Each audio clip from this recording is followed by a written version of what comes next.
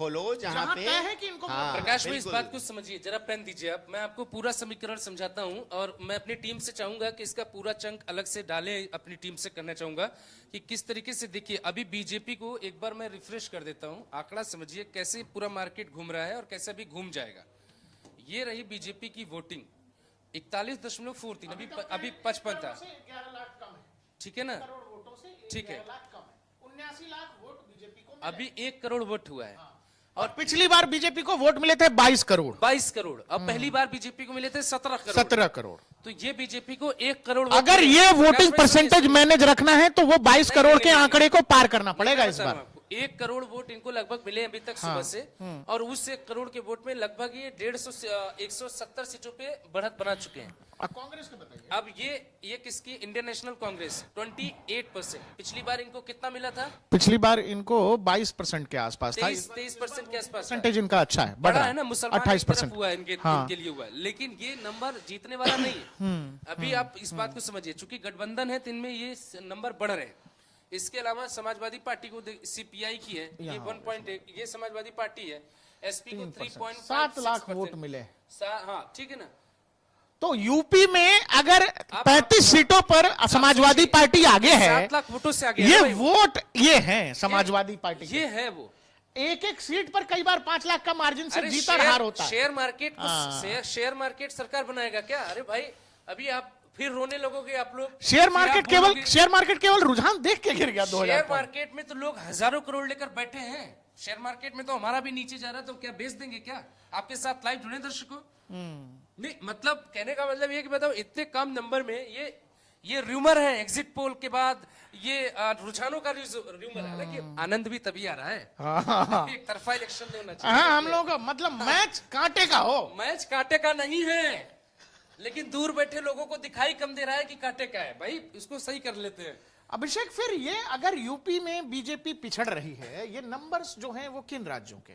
प्रकाश भाई अगर बीजेपी पिछड़ रही है यूपी में क्यों पिछड़ रही है, पहले इस बात को आप समझिए।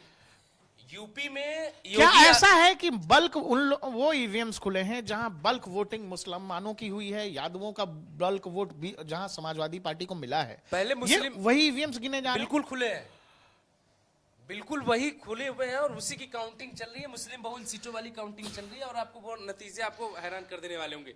174 मिल गया बीजेपी को, मात्र 98 सीट चाहिए बीजेपी को। 98 सीट मिलते ही बीजेपी की सरकार आ जाएगी।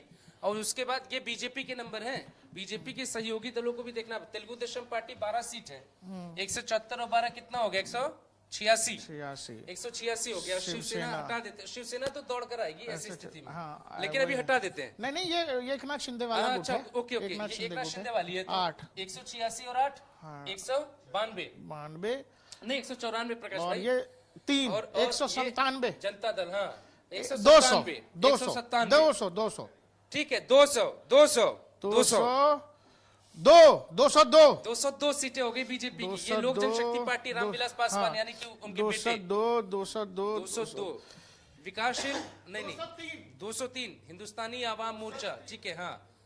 उसके बाद आप राष्ट्रीय समाज, नहीं ये भी नहीं है, ऑल इंडिया ठीक है, नागा पीपल, ये तो मेजर पार्टियां हैं।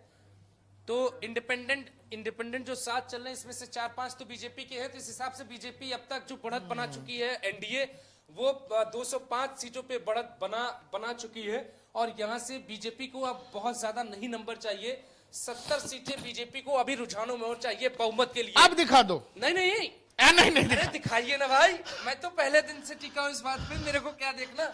नहीं दिखा दो। ये अभी ये यहाँ पहुंचेगा प्रकाश भाई, इसको यहाँ जाना पड़ेगा, इसीलिए जाना पड़ेगा दोस्तों। दम है अभिषेक की बात में, क्योंकि कुल 7 लाख वोट ही गिने गए हैं जो समाजवादी पार्टी का वोट है। यानी बहुत ही इनिशियल रुझान है ये, जो 31 सीटों का रुझान है। दूसरी तरफ जो वोट है वो 1 करोड़ वोट है। इस वक्त जो है बढ़िया प्रधानमंत्री नरेंद्र मोदी पीएमओ में बैठ के टेलीविजन स्क्रीन पे आनंद ले रहे हैं। क्या आनंद ले रहे हैं? हाँ अरे क्यों नहीं भाई। ये अब आप समझो, गौतम अडानी को कितने का लॉस हुआ? भयंकर लॉस। कितने का लॉस हुआ? भयंकर हुआ, करोड़ों अरबों का लॉस हुआ। वो लॉस आधा तो आगे भरेगा। अभिषेक, अजय राय की जो उपलब्धि है वो धीरे धीरे घटती हुई जीवन का सबसे बड़ा करिश्मा जो अजय राय साहब की है, तो वो धीरे धीरे अपने वो ढलान की तरफ मुझे जाता ऐसा हुआ। लग रहा है 6,000 का था 4,000 हो गया। मुझे ऐसा लग रहा है कि भारतीय चुनाव का सबसे बड़ा अजूबा यही है भाई, अजय राय 2024 अजय राय का मुझे लगता है कि अजय राय के आसपास के मोहल्ले का ईवीएम पहले खोल दिया गया। और ये सच में वाकई में क्या इंदिरा गांधी की तरह ये भी हार जाएंगे चुनाव? अगर मुझे लगता है कि अगर ऐसी कोई व्यवस्था होती कि बता दिया जाता उम्मीदवार को कि ये एक लोग बार हैं। और रिफ्रेश करें, आनंद आएगा आपको। भारतीय जनता पार्टी अब नंबर 1 पर पहुंच गई है। उसके बाद राष्ट्रीय लोक दल 132, ये देखिए 2 सीटें हो गई। आरएलडी दोनों ही सीटों पर आगे। हाँ बिल्कुल आएगी आगे। एक तो बिजनौर की सीट है, एक मुरादाबाद है क्या? बागपत ये देखिए 32, 2 34। नहीं हाँ एक ठीक है। अपना दल हाँ अनुप्रिया पटेल मिर्जापुर से आगे चलने, इसका मतलब अनुप्रिया 34, पटेल मिर्जापुर से 35। अगर दोस्तों अनुप्रिया पटेल मिर्जापुर से जीती तो अभिषेक BJP मुझे को लगता है कि 68 मुझे लगता है सीटें मिलेंगी। समाजवादी पार्टी की बेहतरीन जो कॉन्स्टिट्यूएंसी है वो देखनी चाहिए।